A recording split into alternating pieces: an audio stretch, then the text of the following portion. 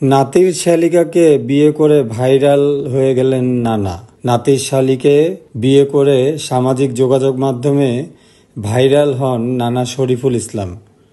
৬৬ বছর বয়সের এই বৃদ্ধ বিয়ে করেছেন ২২ বছরের তরুণী কলেজ ছাত্রী আইরিন আক্তারকে। গত শনিবার তাদের বিয়ের একটি ছবি ফেসবুকে ছড়িয়ে পড়লে আলোচনা ও সমালোচনার ঝড় উঠে যায়। পাঞ্জাবি ও টুপি পরিহিত বর শরীফুলের তরুণী স্ত্রী আইরিনকে মিষ্টি খাইয়ে দেওয়ার ছবিটিতে নেটিজেনদের ভালো মন্দ তির্যক মন্তব্যের পোস্টগুলো চোখের সামনে ভাসলে কেউ কেউ লাইক, কেউ লাভ, কেউ হা হা রিয়াক্ট দিচ্ছেন, কেউ ইতিবাচক মন্তব্যও করছেন, আবার কেউ নেতিবাচক মন্তব্য করছেন, আবার কেউ কেউ শেয়ারও দিচ্ছেন এই পোস্টটি। বহুদিন পর বুঝি ফেসবুক প্রেমীরা একটু বিনোদন খুঁজে পেয়েছেন এই খবরে।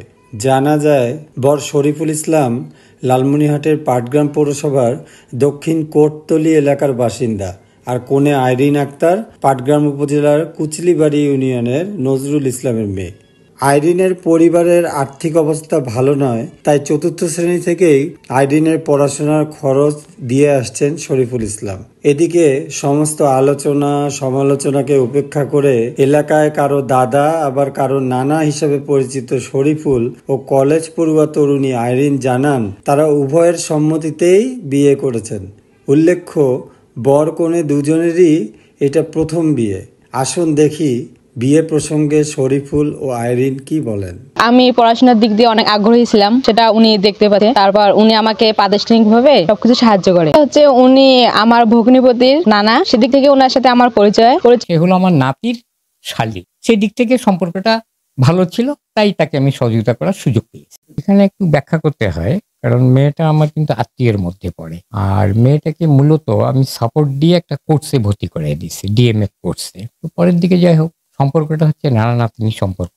হঠাৎ করে রসিকতার মাধ্যমে জিনিসটা এসে গেছিল, সেইটাই পরবর্তীতে দেখা যাচ্ছে যে মেয়েটা ব্যাপারটাকে সুন্দরভাবে গ্রহণ করেছে। তার যুক্তি হলো দুইটা, যে আমি যদি এখানে আত্মীয়তাটা করি তাহলে আমার পড়াশোনা করার সুযোগটা থাকবে, আর তার বাবা কিন্তু বারবার তাকে বিয়ে দেওয়ার জন্য খুব চাপের মুখে ফেলছে। এই সব কিছু মিলে আমি চিন্তা করলাম যে তাহলে যদি মেয়েটা আগ্রহী থাকে তাহলে বিয়েটা আমি করি, করলে মেয়েটার লেখাপড়াটা কমপ্লিট হয়তো আশাটা পূরণ হতে পারে। এতদিন থেকে আমার কিছু সমস্যা ছিল, অর্থনৈতিক সমস্যা ছিল।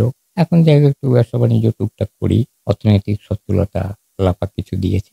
পারিবারিকভাবে আমি এখন একক, জাস্ট আমার একটা নিঃসঙ্গতা, আল্লাহ যেহেতু কিছু আমাকে ইনকাম ডাল ভাত খাওয়ার মতো সামর্থ্য দিয়েছে, তাই আমি এখন চিন্তা করলাম যে বার্ধক্য বয়সে একটা সহযোগী দরকার আছে, এই জন্যই আমি সিদ্ধান্ত। যেমন রিসেন্টলি আমি কিছুদিন আগে ব্যাংকে একটা মোটা টাকা মান্থলি প্রফিটের টাকা একটা আপনার সিনিয়র সিটিজেন অ্যাকাউন্টশিপে একটা টাকা বিনিয়োগ করেছি। অবশ্যই নমিনি সে, আমার যেগুলো মনে করেন যে বিমা আছে, নমিনি হবে মেয়েটাই। তাহলে এগুলি আমার অবর্তমানে তার সহযোগী। আমি মারা যাওয়ার পর মেয়েটি কি করবে এটা কিন্তু আমি আপনাকে শিওতে পারবো না। দেখেন, এটা তার নিজস্ব ব্যাপারে এখতিয়ার না। আমাদের মধ্যে স্বাভাবিক একটা আত্মীয়তার সম্পর্ক ছিল, আর আমি একটু হলাম বিদ্যুৎসাহী লোক, শিক্ষানুরাগী লোক। আমি মেয়েটা যেহেতু শিক্ষা লেখাপড়া করতে চাইছে, আমি তাকে জাস্ট একটা সহযোগিতা করেছি। এটা কোনো চাপের মুখে নয় বা কোনো ক্রাইম করে নয়, না, এটা স্বাভাবিকভাবেই ইচ্ছা করলে আপনারা তার কাছে স্টেটমেন্ট নিতে পারে। আমি তার সঙ্গে ক্লিয়ার করে নিয়েছি যে দেখো, এগুলো যে কথাবার্তা রসিকতায় মানুষ বলছে, তা আমি যদি পজিটিভ চিন্তা ভাবনার মধ্যে যাই তাহলে তোমার অবস্থানটা কোথায়। সে আমাকে ক্লিয়ার বলেছে, আমার কোনো দ্বিমত। বিয়েটা করলাম আমি শনিবার, গত শনিবার 22 তারিখ, এবং বিয়েতে তার বড় ভাই ছিল, তার ফুপা ছিল।